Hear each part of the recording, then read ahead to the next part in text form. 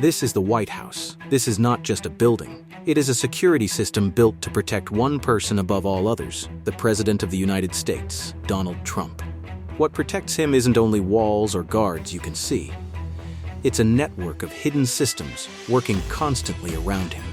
Millions of people walk past the White House every year. They notice the fence, the agents, the snipers on the roof. But that's only the visible layer. Most of the protection is invisible, under the ground, inside the structure, and far beyond the building, designed to stop threats before the public ever knows they exist. When you visit the White House, you might notice something unusual. People dressed in black, wearing heavy boots, with gear on their backs, moving calmly along the roof. They are not construction workers or maintenance staff. They are part of the Secret Service counter-sniper team. And they are among the most highly trained marksmen most people never hear about. These are not typical sharpshooters. To qualify for the unit, candidates must prove they can hit targets from distances of more than 3,000 feet, which is over half a mile. That level of accuracy is not a one-time test. It is a requirement they must meet again and again. Team members requalify on a regular basis, showing month after month that their accuracy has not dropped. There is no room for decline. Skill is not assumed. It is constantly checked. Because if a real threat appears at that distance, there is no time to hesitate and no tolerance for mistakes. Here's what most people get wrong about these snipers. They have never fired a shot at a threat on White House grounds. Not once. That is not an accident. It means threats are identified early and handled by other layers before force is ever required. In this system, a shot fired would mean several safeguards had already failed. That's because their main job is not shooting, it's watching. From their positions on the roof, they have clear views across all 18 acres of the White House grounds. Their value comes from noticing things early, before they turn into problems. A crowd starting to bunch together.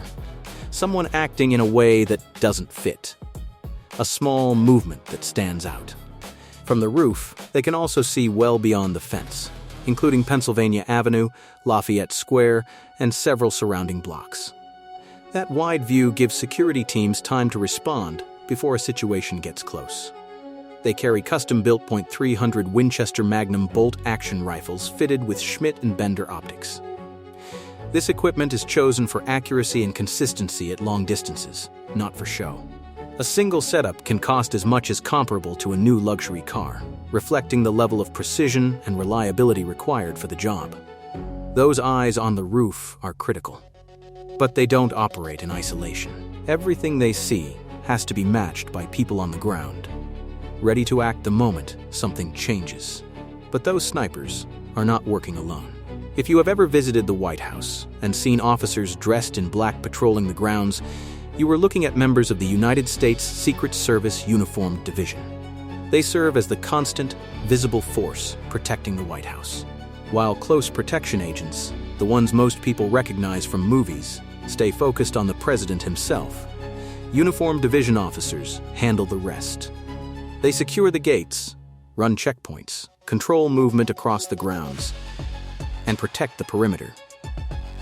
Nationwide, the United States Secret Service employs about 1,300 uniformed division officers. The agency does not disclose how many are assigned to the White House at any given time, but there are enough to cover every entrance, access point, and section of the 18-acre complex, day and night. Coverage is maintained through rotating shifts and overlapping assignments. No single officer holds a position indefinitely, and no post relies on one person alone. Before being deployed, each officer completes an intensive 29-week training program. After that, they are assigned to specialized roles based on their skills and operational needs. These roles include counter-sniper support, K-9 handling, emergency response, and crowd control. They are the most visible part of the security system. Their presence is not meant to impress, but to deter. It serves as a constant reminder that the White House is not just a historic residence. It is an active, guarded facility that never stands down. But snipers and officers can only observe and respond. They cannot physically stop someone who is already moving. For that, the White House depends on barriers. The goal of barriers is not to stop every threat on their own. It is to slow movement, force exposure, and give response teams time to act. Those barriers have been upgraded for more than 200 years. The most obvious example is the perimeter fence. If you visited the White House before 2019, you may remember a fence that looked fairly modest, about 6.5 feet tall, made of wrought iron, and climbable by anyone reasonably athletic. That fence is gone.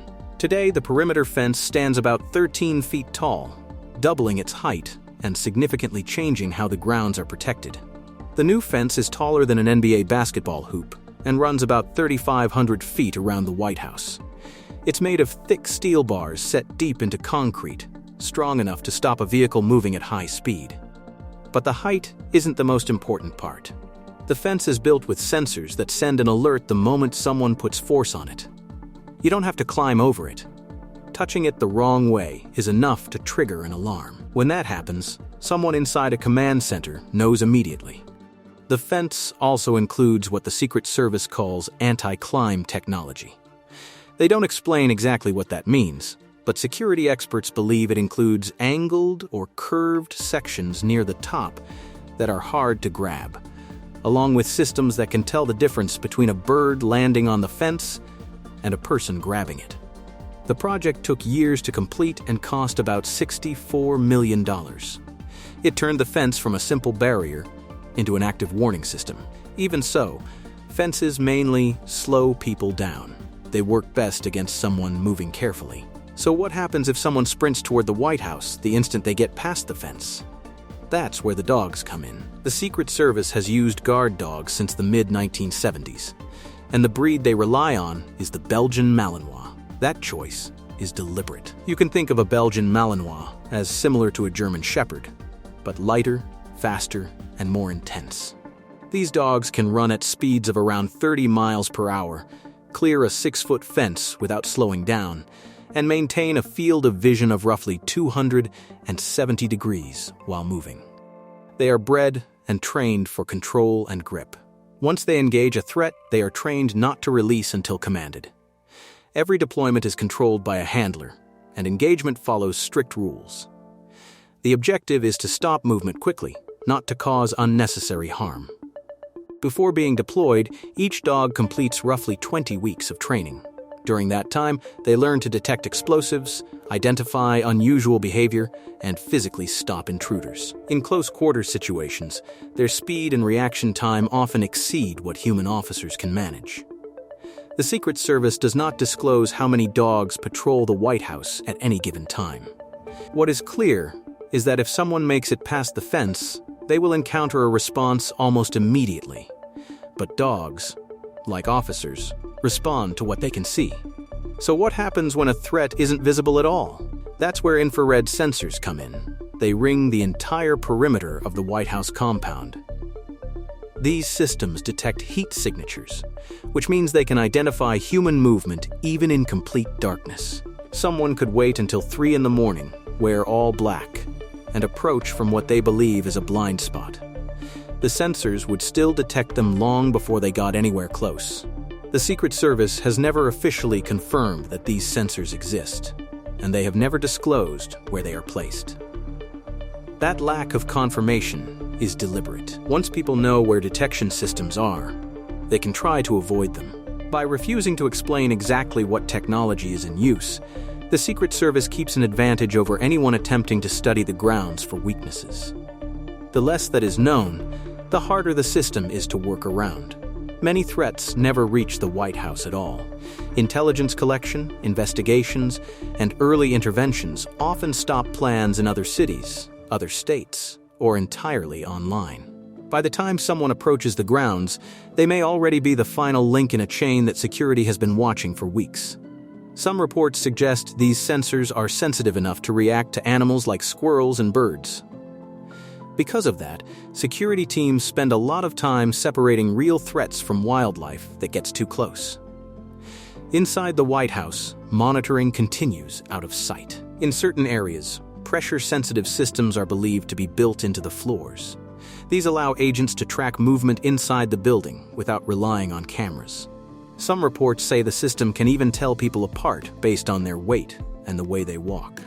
The Oval Office is also believed to have sensors that let the Secret Service know the president's location at all times, even during private meetings. On the roof, alongside the counter-sniper teams, radar systems scan the area around the building, because threats do not always approach on foot. The airspace above the White House is one of the most tightly controlled in the world. It is labeled P-56, meaning prohibited airspace, and has been closed to unauthorized aircraft for more than 50 years. But enforcement goes far beyond the White House grounds. The Washington, D.C.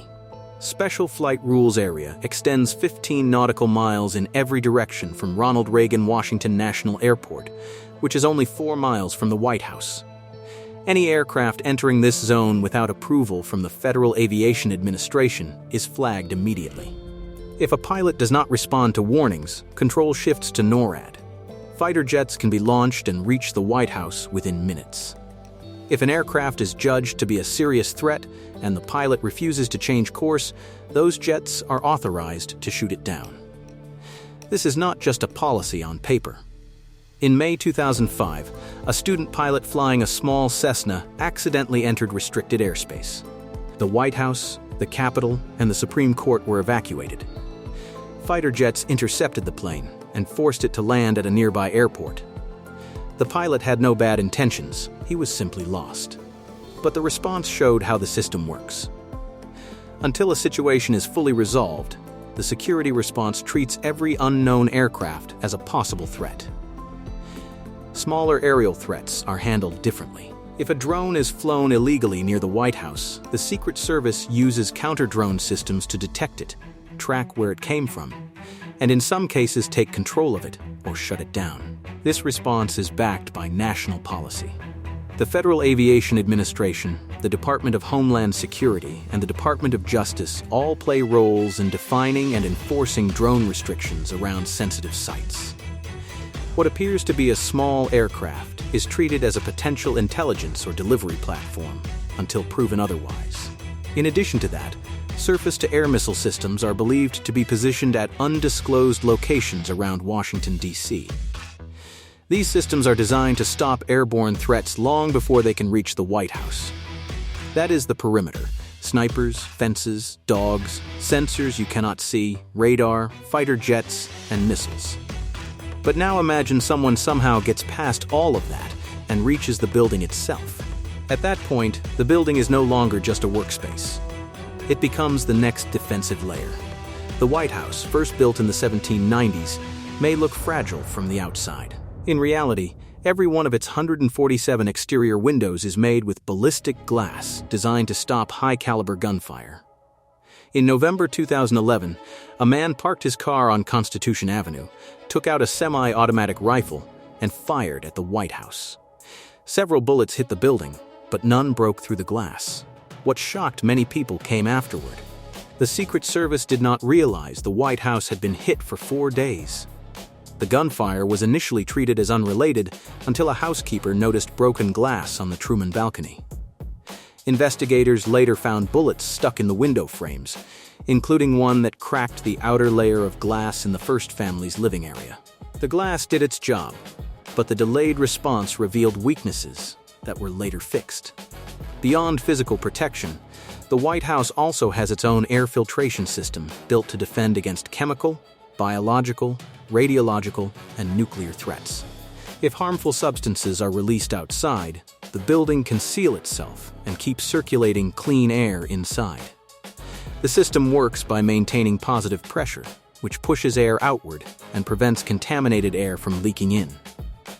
Heading into the White House means passing through multiple layers of security that go beyond normal airport screening. Visitors on tours, attending state dinners, or coming for meetings must pass through metal detectors, X-ray machines, and identity checks. Names are checked against security databases, bags are searched, and guests attending high-level events are asked to submit personal information weeks in advance so background checks can be completed.